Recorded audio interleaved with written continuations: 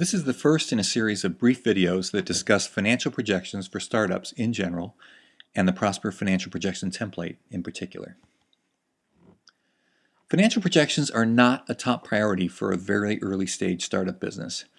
We're going to run through a list of more important priorities that also are helpful in preparing financial projections. Then we'll explain why financial projections will help you approach investors and run your business after you've raised money.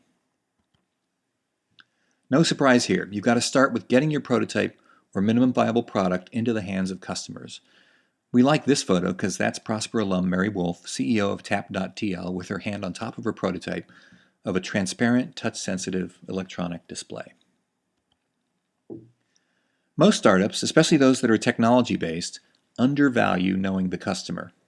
Whether you're a B2C or a B2B business, you must understand the customer's daily priority list well enough to know if you are addressing a problem that they consider a top 5 priority. Yes, they should want your solution, but they won't if the problem you address isn't one that isn't at the very top of their priority list. The greatest sales force in the world won't be able to overcome this fundamental challenge. I would add to this young woman's approach that in order to rapidly grow sales, she needs to be armed with evidence that her solution is dramatically better than the customer's best alternatives. In the startup world, where viral growth is prized, a 10x better value proposition is not unusual. To claim a 10x value proposition effectively, she needs to have refined her value proposition with her first customers. Here's the value proposition for a company I don't know that I found on the internet. It's pretty good for a typical company, but is not good enough for a startup. They claim lower initial costs, but they haven't quantified the dollar savings from their initial customers. They claim fast implementation, but don't tell the prospective customer how many minutes faster. I suspect it's hundreds or even thousands. They claim simplified operations, but they don't identify how much the customer would simplify in terms of steps, time, or effort expended. Finally, they do identify customer ROI as the gold standard for a B2B sales pitch, but they don't say what it is. Good dialogue with their customers would tell them all these things and could transform a challenging sales pitch into a layup. Most companies know whom they think should buy their product, but it takes some experience to figure out which segments are really ideal. This company has identified its targets, assembled a CRM, and has found its customers in the intersection of these two elements. But even among its current customers, it has spent time and effort selling the few that aren't ideal, because either the problem isn't the top priority or the customer's value proposition isn't as high as the ideal customer's value proposition. Can your business assemble a list of 100 targets for whom the value proposition is not just a top priority, but a 10x value proposition? Your business needs ways to reach its ideal customers, and usually there's a mix of channels to reach them. For example, most startups start with limited direct sales where the founder lands the first set of customers directly. Most also partner with companies their customers trust and from whom customers will buy.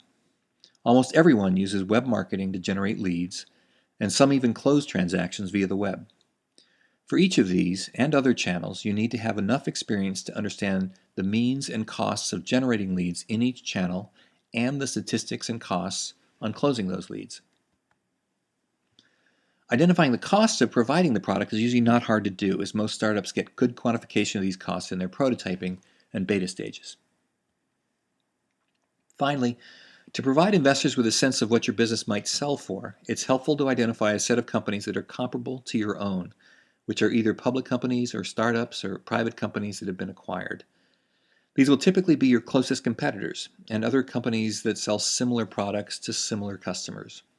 Once you've identified a set of comparables, you can use online resources like Yahoo Finance to gather valuation elements on public companies into a publicly traded comparables spreadsheet.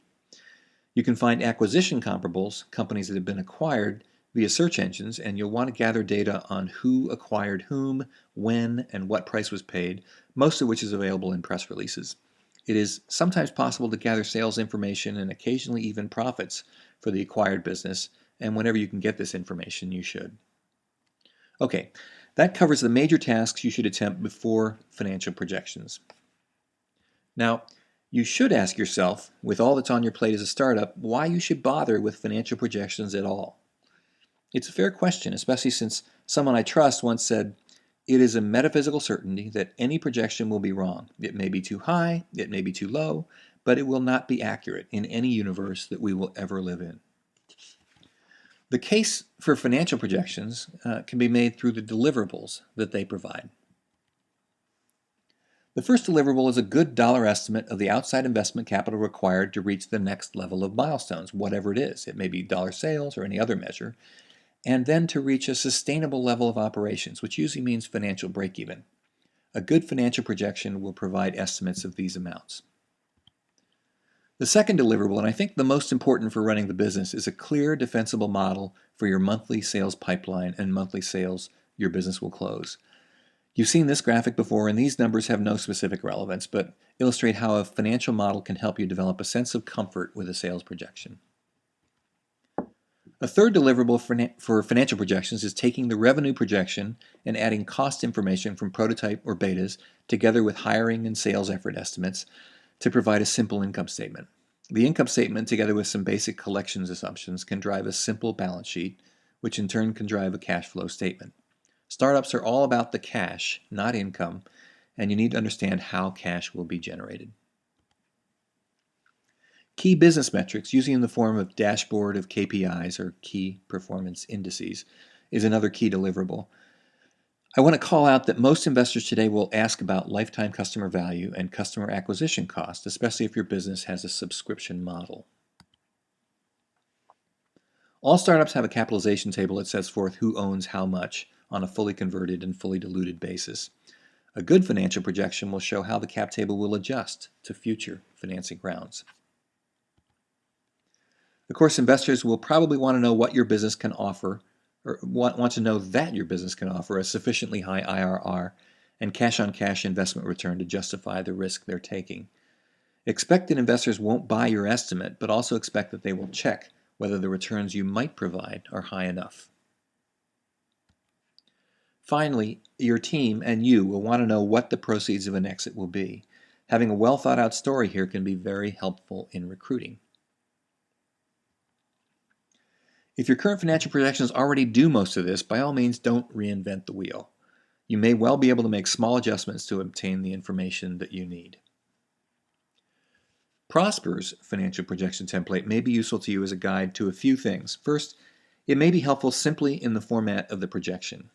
Second, it may be a useful guide on how financing rounds will affect cash flow and ownership.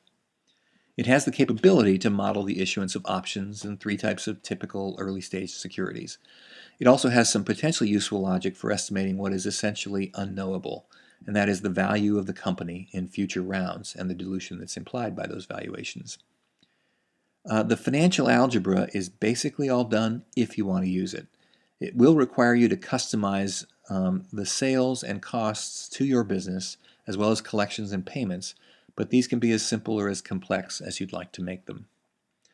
The next video in this series will take us into an example of the Prosper financial template.